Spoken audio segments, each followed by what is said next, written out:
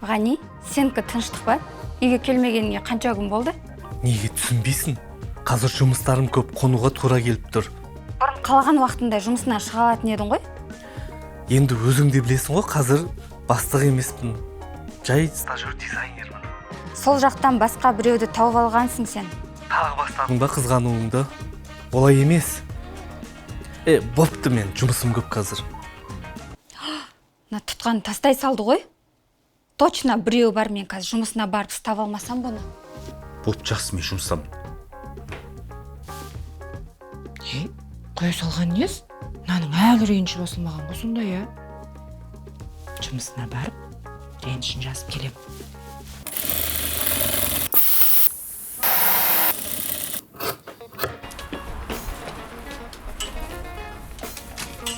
Сәлеметсіз бе?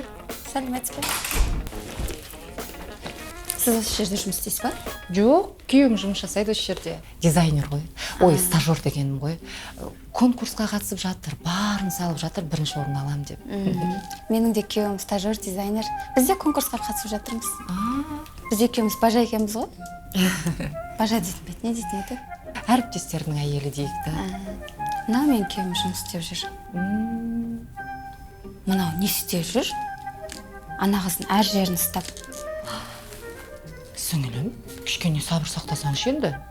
Әйел деген кішкене қолдан көру керек еркегіне. Мынау уже белін ұстап жатыр ғой? Ой жаным, сол сабыр сақтасайшы енді кішкене. Менің емес, сіздің күйеуіңіз. Маған не істеп жатыр мынау? Мына белін ұстаған несі мынаның? Осындайда жұмыс бола ма екен, Сабыр сақтаңыз, әпке, бұл жұмыс қой.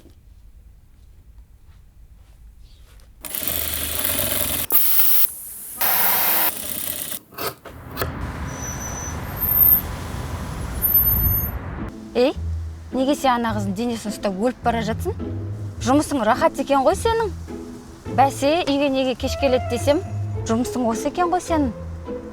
Неге үндемейсің? Үндемей құтылам деп тұрсың ба тағы да? Болды, мен түсем, кеттім.